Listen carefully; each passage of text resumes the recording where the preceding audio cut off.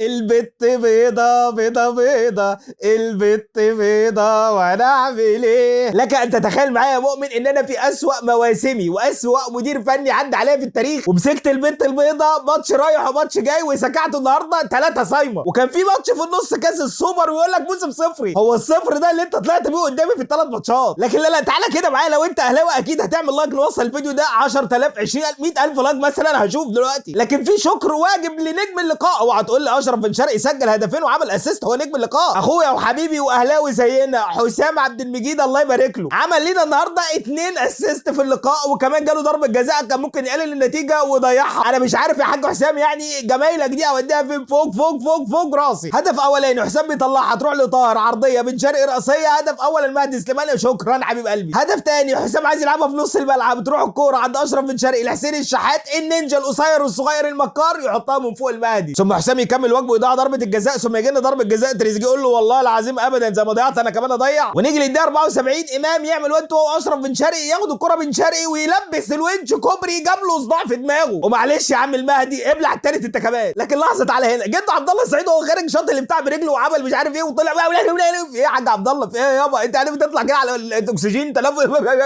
وتطلع تشم نفسك بره يا حبيب قلبي. لكن الكوميديا كلها كانت في الدقيقه 78 جمهور النادي الاهلي لا جمهور الزمالك نايم ومش قادر يشوف قدامه، وبعض الجماهير بدات تمشي فده اللي يشجع نادي الزمالك ويقول لك العب يا زمالك، فجمهور الزمالك قال لك ايه ده؟ هو الماتش خلص وانا خسران 3-0؟ ايه العب يا زمالك تعالى عايزين كونفدراليه دوري. ايه ده انتوا لسه فاكرين ان انتوا في كونفدراليه وفي دوري بعد الماتش ما خلص؟ حبيب قلبي. لكن النهارده يسترب شرب معتمد جمال اللي ما عرفش يعمل اي حاجه قدام يسترب اسوأ مدير فني في تاريخ النادي الاهلي. شكرا للرجاله، مش كفايه عليكم كده، وان شاء الله نكسب الماتشين الجايين. بعيدا عن مين ياخد الدوري في داهيه ده دوري.